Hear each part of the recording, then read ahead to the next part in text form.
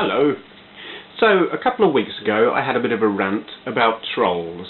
So tonight I'm going to do a bit of a follow-up video. I've had a bit of a ponder since doing that video on a number of subjects really that are kind of related to it.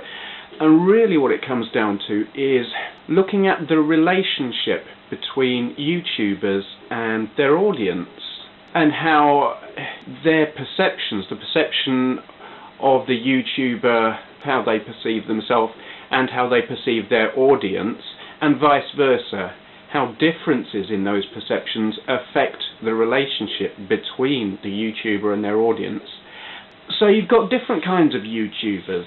You have got those who are really probably just doing it as part of a business, it's a promotional tool, or they're doing it to embed promotional material on their website or to promote their website from here. Then you've got the ones who are YouTube celebrities. They're maybe just a little bit famous. You know, they've got tens of thousands of subscribers, maybe hundreds of thousands. You know who the big names are. Now, both of these two types have one thing in common. They don't interact with their audience. They don't sit and answer all of their comments, because really they can't. They just have too many. So then you've got people like me. Okay, I embed my stuff on my website. Yes, I would like to get hugely famous.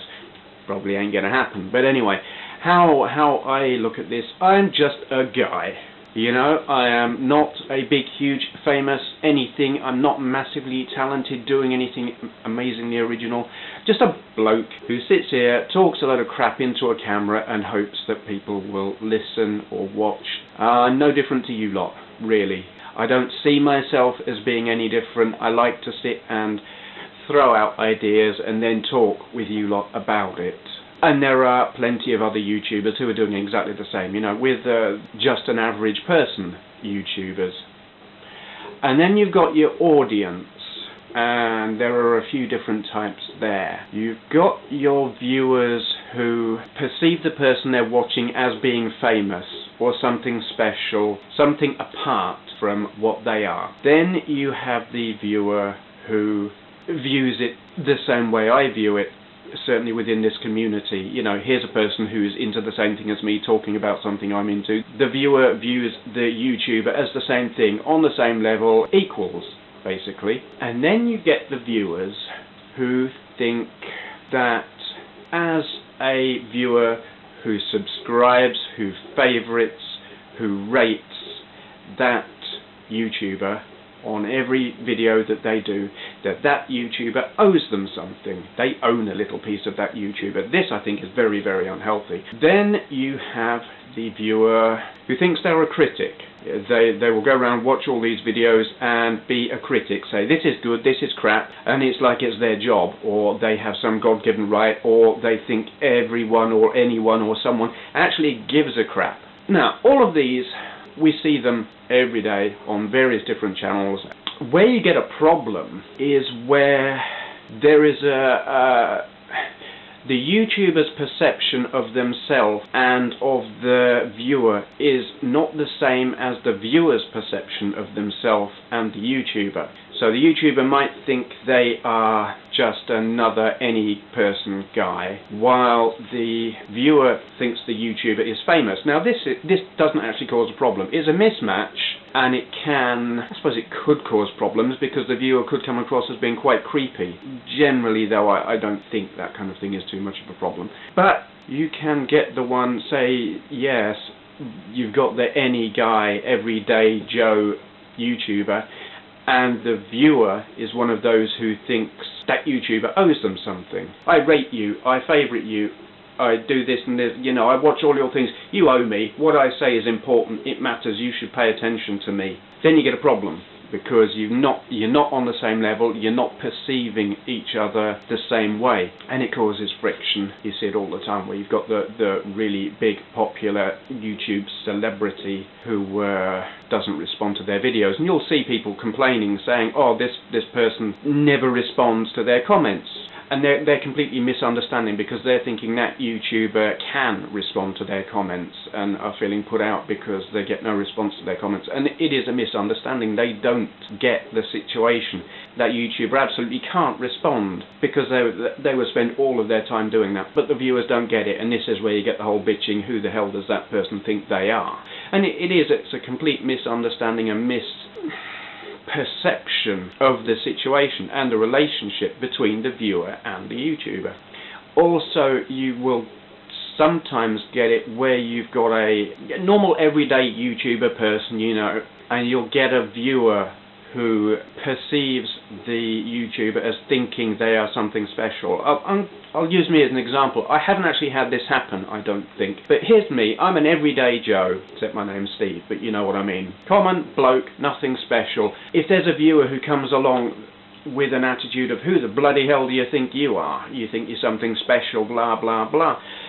Because they think that anyone who's sitting there facing a camera and talking to the camera thinks they're something special, so they will attack them. You get all this misconception, misunderstandings and whatever, and it is all down to, it's the relationship between the viewer and the viewed. I'm so totally rambling, and this was supposed to be quite coherent, and it's not working out that way. Anyway, there is one other kind of viewer, commenter. This is getting back to the troll thing now. There is a particular kind of troll, and it is the kind that wound me up the most, and I've had a bit of a big think on it, particularly because after doing that video I was messaged by someone who I won't name. In fact, I can't remember their name, but anyway, they were someone who was accused of being a troll by someone else, and they saw my video and decided they would send me a message, and went quite eloquently and in quite a lot of detail to explain why they were not a troll, and why the comments and messages they had sent that person were perfectly reasonable and did not make them a troll. But in doing that, the way they did it was like me saying, I never fucking swear. The way in which they went about explaining why they were not a troll absolutely proved to me that really they were a troll. But here's the thing, I do not believe they honestly believe they are a troll. They really, really thought that what they were saying was reasonable and should not cause offence, and they didn't get it. They couldn't see it. To their mind, they were a perfectly reasonable, decent person making perfectly reasonable comments, and that it was their right to do so. Here's the thing, they had basically a distorted perception of social norms, I think, or rather they had absolutely no grasp of social norms. They did not understand or could not conceive that the way they were behaving could cause offence. They didn't get that at all. And there is a particular type of person where that would apply. Basically, what I think is, this person, this troll, who didn't believe they were a troll, suffers from Asperger's syndrome. No grasp of social norms, no grasp of what would be considered normal social behaviour, etiquette, understanding how their actions affect other people. They had no concept of this, so it seemed. And I believe that that troll had Asperger's. So in a sense, it's not actually their fault that they are a troll, which I find fascinating, because I sit and look at so many trolls, and I get a few, and yeah, they piss me off. But I wonder just how many of them actually can't help it. Now, I know a little bit about Asperger's. I'm kind of a little way up that path myself. I struggle with certain social situations. I have quite a few of the symptoms of Asperger's, not all of them, but some of them, enough that it makes life a little bit difficult. And so I can look at these trolls when I'm actually thinking about it from that perspective and think, they don't get it. But so often, I don't get it, and I will say things that upset people and they get pissed off, and I'm thinking, what? I was just being honest.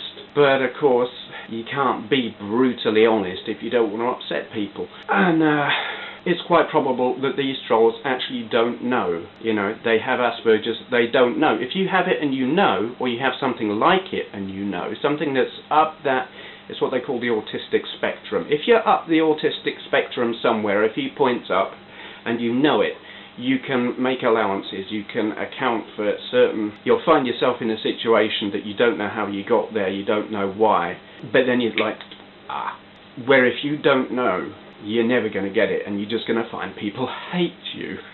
I think that's what these trolls are, a lot of them. The ones who probably start out thinking they're your friend, you start out thinking they're your friend, but they turn out to be a complete shithead, really. And yeah, I think they have some kind of disorder. Do they deserve our sympathy? Yes, but I don't think you could ever get past thinking, that guy's a complete arsehole. Because if someone's behaving like an arsehole, what are you supposed to do? Anyway, I'm sure I've run way over time and I'm going to have to edit like hell. But thank you for watching.